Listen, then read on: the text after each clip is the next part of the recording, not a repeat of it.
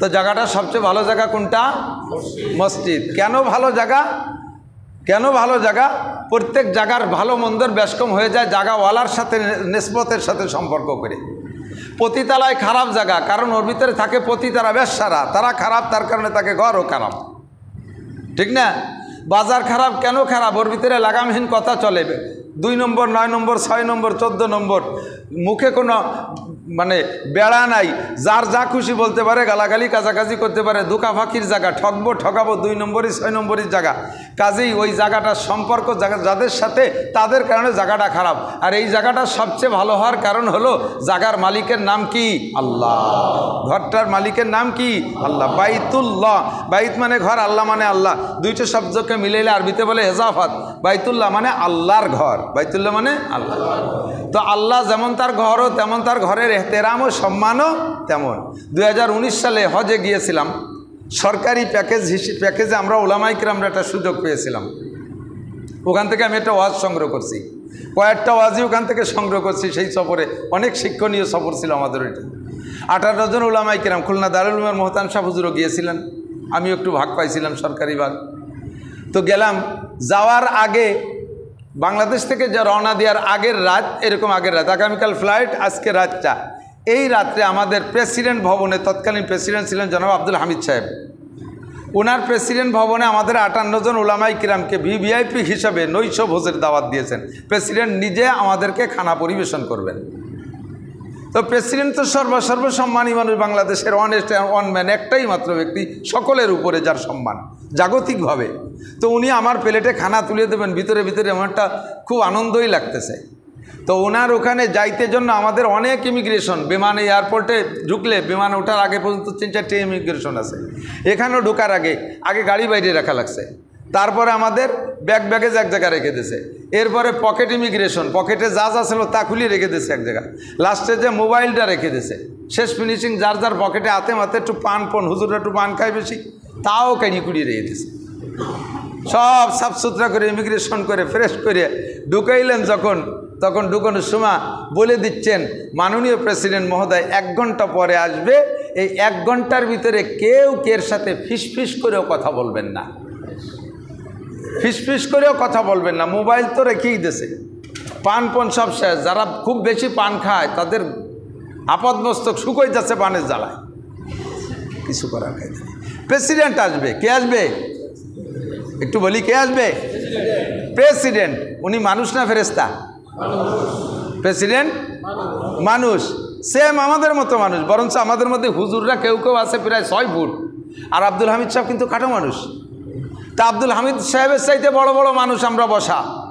আব্দুল হামিদ সাহেবকে কোনো দিক দিয়ে বছরের পর বছর পড়াইতে পারে এরকম বড় বড় যোগ্য ওলামায়ে কিরাম তার ভিতরে, এই সব মানুষগুলো বসা, তার ভিতরে প্রেসিডেন্ট তার পদমর্যাদার কারণে ওলামায়ে কিরামকে বলা হয়েছে কোনো কথা বলবেন না, 1টা ঘন্টা নীরবে নড়াচড়া ছাড়া চুপ করে বসে রয়েছে। কে কি ভাবছে ওখানে বসে আমি জানি না, আমি নিজেকে নিজে সংশোধন করে নিলাম। আরে প্রেসিডেন্টের ঘর, 5 বছর পরে প্রেসিডেন্ট এখান থেকে দেবে বের করে, আর এক বেটা ঢুকবে, সে সময় প্রেসিডেন্টের কোনো ভ্যালু নেই, ভ্যালুলেস। 5টা বছরের জন্য ক্ষমতা পাওয়ার কারণে, তার কারণে যদি তার ঘরের এত দাম হয়, তার সম্মানার্থে আমাকে নীরব নিস্তব্ধ চুপ করে বসে থাকতে হয় আদব এহতেরামের সাথে। স্থায়ী মালিক রব্বুল আলামিন আল্লাহ কামুল হাকিমিনের ঘর মসজিদ, তাহলে এই মসজিদে ঢোকা থেকে নিয়ে বের হওয়া পর্যন্ত আমাকে কেমন আদব রক্ষা করা উচিত। ফাতাবিরু ইয়া উলিল আবসার, বুদ্ধি থাকলে দুনিয়ার যে কোনো জায়গা থেকে আপনি শিক্ষা গ্রহণ করতে পারেন, জ্ঞান থাকলে যে কোনো জায়গা থেকে সবক গ্রহণ করতে পারেন। জজ সাহেবের সামনে যে চুপ করে দাঁড়িয়ে থাকতে পারি, ম্যাজিস্ট্রেটের সামনে চুপ করে দাঁড়িয়ে থাকতে পারি, মসজিদে আসার পরে উড়োতাড়া, মসজিদে আসার পরে হইহুল্লা চিল্লাপাল্লা, এটা আল্লাহর ঘর বলে আমার অন্তরের ভিতরে সে এহতেরাম নেই। নবী আলাইহিস সালাতু ওয়াস সালাম তারপরে সাহাবারা উপস্থিত ছিলেন, তাদেরকে বললেন, আল্লাহ বলছেন যেটা, আমিও বলি সেটা, জিব্রাইলও বলে সেটা, দুনিয়ার সবচাইতে ভালো জায়গা মসজিদ, আর সবচেয়ে খারাপ জায়গা হলো বাজার। আমার উম্মতের স্বভাব, বর্তমান উম্মতের স্বভাব আর আখেরি উম্মতের স্বভাবের ভিতরে এমন একটা ব্যতিক্রম তোমরা দেখবা, হয়তো তোমরা থাকবা না, তবে খবরটা পৌঁছে যাবে। আমার বর্তমান রানিং উম্মতের স্বভাব হলো তাদের বাজারের চাইতে মসজিদের প্রতি টান বেশি। সাহাবায়ে কিরামদের অন্তর বাজারের চাইতে মসজিদের দিকে টান বেশি। বাজারে তারা যাবে না তা না, আমার সাহাবায়ে কিরাম বাজারে যায় না তা না, বাজারে যায় বাজারের জরুরত ছাড়ার পরে আর দেরি করে না, বাজারের জরুরত শেষ তো দেরি করে না। এ হলো আমার সাহাবায়ে কিরামদের স্বভাব। আর মসজিদে যায় তাদের জরুরত শেষই হয় না। হযরত ওমর ইবনে খাত্তাব রাদিয়াল্লাহু তাআলা আনহু এক সাহাবাকে ডাকতে গিয়েছেন, ডাকতে যে বাড়ির বাইরে থেকে ডাকতেছে, আফিল বাড়িতে ফুলান, এ বাড়ি কি অমুক আসছেন? তো ঘরের ভিতরে থেকে পুরুষের বড়দের কোনো শব্দ নেই, ছোট্ট একটা বাচ্চা আসছে। আসার পরে বলছে, জিজ্ঞেস করছে, আফিল বাড়িতে আবুক, তোমার বাড়ি আব্বু কি বাসায় আছে? কয় না। আইনা যাবা, কোথায় গেছে? কয় যা বাবি সুক, আব্বু বাজারে গেছে। মাতা কয় আলান, কখন গেছে? এই তো গেল।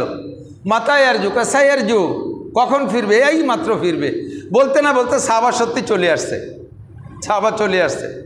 আসার পরে সালাম দিয়ে বলছে, ভাই তুমি না এইমাত্র বাজারে গেলে, আবার এখনই চলে আসলে, তা বাজারে গেলে কি জন্য? উনি বলতেছেন, বাজারে গিয়েছিলাম একটু নেকি কিনতে আর কিছু গুনাহ বিক্রি করতে। নেকি কিনতে আর গুনাহ, যে জায়গাটা সবচেয়ে খারাপ জায়গা, বাজার সবচেয়ে, ও জায়গা গুনাহ বিক্রি করে নেকি কিনা যায়। তাহলে যেখানে নেকি কিনা যায় সেখানে খারাপ জায়গা হয় কি রে? সিস্টেমের পর আমল করলে ও জায়গার থেকে নেকি কেনা যায়। তো হয়তো তোমরা আশ্চর্য হয়েছে যে সাহাবা খুব হিকমতি জবাব দিয়েছে যে বাজারে গেলাম নেকি কিনতে, গুনাহ বেচতে। পদ্ধতি কি, তুমি কিভাবে কিনলে? কয় আমি নবী আলাইহিস সালাতু ওয়াসসালামের কাছে শুনেছি, যদি কোনো ব্যক্তি বাজারে যাইয়া এই দোয়াটা পড়ে, লা ইলাহা ইল্লাল্লাহু ওয়াহদাহু লা শারীকা লাহু লাহুল মুলকু ওয়া লাহুল হামদু ইউহয়ি ওয়া ইউমীতু ওয়া হুয়া হাইয়্যুল লা ইয়ামুতু বিয়াদিহিল খায়র ওয়া হুয়া আলা কুল্লি শাইইন কাদির। মিশকাত শরীফে আছে হাদিস, দেখবেন যদি এই দোয়া বাজারে গিয়ে পড়ে, আল্লাহ তাআলা সঙ্গে সঙ্গে তার আমল নামা থেকে 10 লক্ষ গুনাহ মাফ করে দেয়। 10 লক্ষ নেকি লেখা ফেরেশতাকে বলে, তুমি শূন্য স্থান পূর্ণ করে দাও। কি করব আল্লাহ? কয় 10 লক্ষ গুনাহ মুছে গেছে, তো ওই সংখ্যা নেকি তুমি ডান কাদের আমল নামায় লিখে দাও, তার আমল নামায় 10 লক্ষ নেকি লিখে দাও। তাহলে আমি এই দোয়াটা পড়লে 10 লক্ষ গুনাহ মাফ হয় আর 10 লক্ষ নেকি হয়। এইটা তো বাজারে যাইয়া, এই দোয়া মসজিদে পড়লে কিন্তু এই নেকি না, এই ফজিলত মসজিদে পড়লে না, এই দোয়াটা কাবা ঘরের মধ্যে পড়লে এই নেকি না, এই দোয়াটা সবে কদরে পড়লে এই নেকি না, এই দোয়াটা সবে বরাতে পড়লে এই নেকি না, এই দোয়াটা বাজারে গিয়ে পড়লে এই নেকি। তাই আমি বাজারে যাইয়া দোয়াটা পড়াচ্ছিস, আমি চলে আসছি, কিছু গুনাহ বিক্রি করে কিছু নেকি কিনে নিয়ে আসছি। এটা হলো সাহাবায়ে কিরামদের স্বভাব। আর এক সাহাবার বাড়ির কাছে ডাকছে, আফিল বাইতে ফুলান, এ বাড়ি কি অমুক আসো? তোর ছেলে বেরো এসে বলছে, না আমার আব্বা বাড়ি নাই। কই না, কোথায় গেছে? কয় যা মসজিদে গেছে। কখন গেছে? এন্দাল ফজরের নামাজ পড়তে গেছে। মাতায় আর জো, কখন আসবে? কয় লা আলামু, জানি না। জোহর পড়ে আসতে পারে, আসর পড়ে আসতে পারে, মাগরিব পড়ে আসতে পারে, ঈশা পড়ে আসতে পারে, আবার নাও আসতে পারে, পরের দিন ফজর পড়েও আসতে পারে। মসজিদে গেলে আব্বা মোটে বাড়ি আসতেই চায় না, সবচেয়ে ভালো জায়গা। আর বাজার সবচেয়ে খারাপ জায়গা, নেকি কিনা হয়ে গেছে, দেরি করে না। হুজুর বলেন এটা আমার সাহাবায়ে কিরামদের স্বভাব। আর এই উম্মত এই হাদিস শুনবে, কিয়ামত পর্যন্ত চলতে থাকবে হাদিস, এই উম্মত ধারাবাহিকভাবে আসতে থাকবে। আর উম্মতের স্বভাব এমনভাবে পাল্টে যাবে যে যদি জিজ্ঞেস করা হয়, এ আব্দুর রহমান বাড়ি এসো, ছেলে বলবে না আব্বা বাড়ি নাই। কোথায় গেছে? কয় বাজারে। কখন গেছে? কয় সকালবেলা তো ঘুমেতে উঠে মেশাক করতে করতে গেল। কখন আসবে? কয় যে রাত 11টার পরে টেলিভিশনের আখেরি মোনাজাত হওয়ার পরে আসতে পারে, দিনের মধ্যে নাও আসতে পারে। বর্তমান তো নির্বাচন, চা চলতেছে ফ্রি, নির্বাচনের সময় চা ফ্রি পাওয়া যাচ্ছে, বিস্কুট, নাও আসতে পারে আজকে। আর যদি কোনো নেতার পিছনে পড়ে যায় তাহলে তো আশাই লাগবে না, এটাই স্বাভাবিক। কথা বলেন ঠিক কি ঠিক না? হুজুর বলেন উম্মতের স্বভাব এমন হবে যে আখিরি জামানায় তারা যদি বলে যে বাজারে গেছে, তো যাওয়াটা বলতে পারবে, কিন্তু আসবে কখন তা বলতে পারবে না। আর আখিরি উম্মতের স্বভাব এমন হবে, এত ভালো ভালো বয়ান শুনবে, এই ফজিলত শুনবে যে সবচেয়ে ভালো জায়গা মসজিদ, অথচ মসজিদে যাওয়ার খবর যদি আসে, তোমার আব্বা কোথায় গেছে? মসজিদে গেছে। কখন গেছে? এই তো গেল। আসবে কখন? এই আসলো বলে আপনি দাঁড়ান। এক রেখাত পড়তেও পারে, নাও পারে। মসজিদে যে এক রেখাত পড়তেও পারে, নাও পারে। আসছে মসজিদের কাছে এমন সময় আইসে দেখে যে সালাম ফিরিয়ে দিচ্ছে ইমাম সাহেব, আসসালামু আলাইকুম রহমতুল্লাহ, আসসালামু আলাইকুম। নামাজ আর হলো না, ওই এটি ছেড়ে গেছে, মসজিদই ঢুকবে না। অথচ সবচেয়ে ভালো জায়গা কোনটা? এই মসজিদ। দুনিয়ার কোনো জায়গা যদি ঘুম না আসে, এ জায়গা আসে।